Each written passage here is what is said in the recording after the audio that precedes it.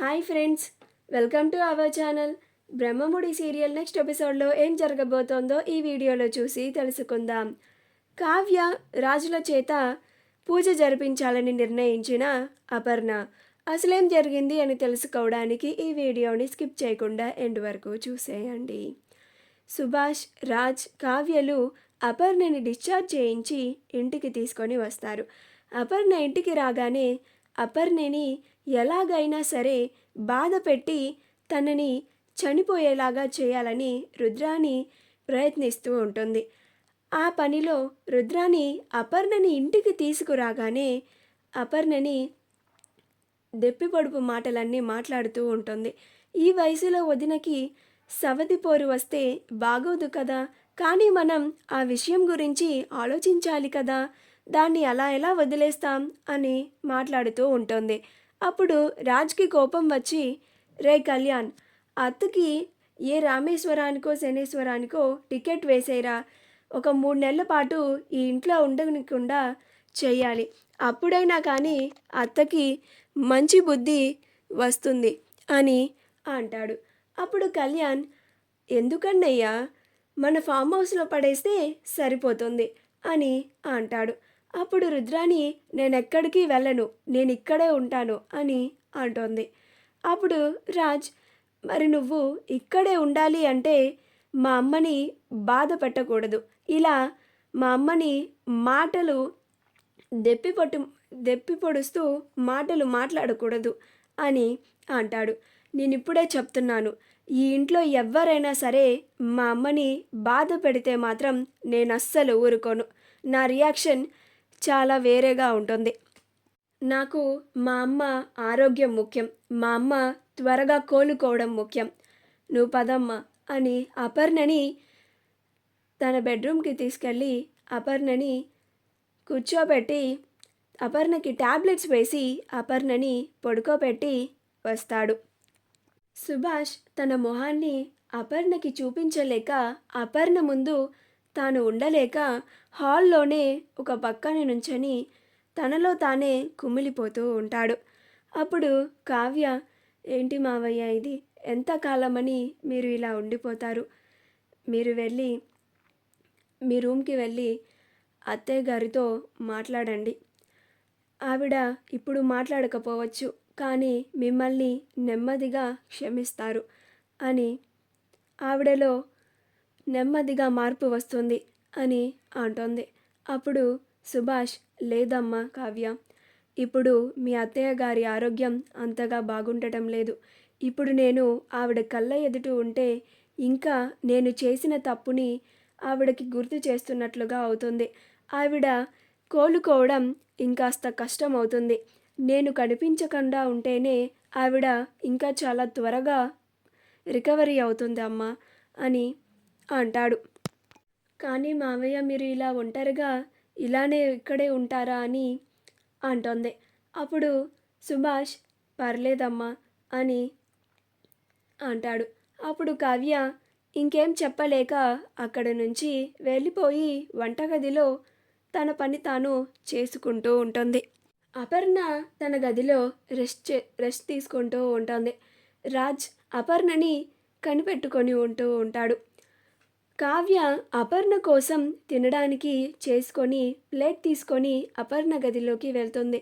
అత్తయ్య, మీకోసం భోజనాన్ని తీసుకొని వచ్చాను అని అంటోంది.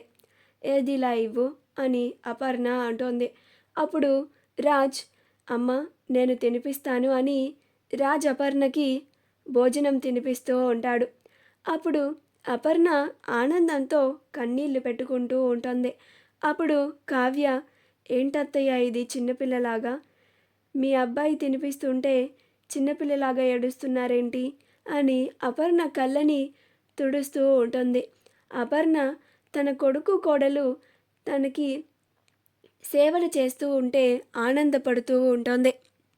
రాజ్ అపర్ణకి భోజనం తినిపించిన తరువాత అపర్ణకి టాబ్లెట్స్ వేసి తనని రెస్ట్ తీసుకోమని చెప్పి అక్కడ నుంచి వచ్చేస్తాడు. కావ్య కూడా వచ్చి తన పని తాను చూసుకుంటూ ఉంటుంది.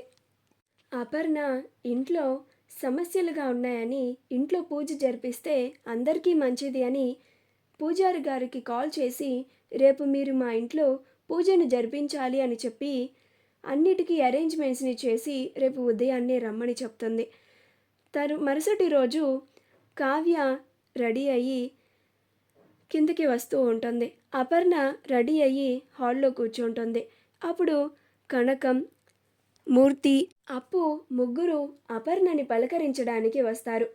రాగానే కనకం అపర్ణకి నమస్తే అమ్మా అని అంటుంది. అప్పుడు అపర్ణ నమస్తే కూర్చోండి అని అంటుంది. అప్పుడు కనకం మీకు ఒంట్లో బాగోవడం లేదని మా అమ్మాయి చెప్పింది, అందుకే ఒకసారి చూసి వెళ్దామని వచ్చాము. మీకు ఇప్పుడు ఒంట్లో ఎలా ఉంటుంది అమ్మా అని అడుగుతుంది. అప్పుడు అపర్ణ నాకు ఇప్పుడు బాగానే ఉంది అని అంటుంది.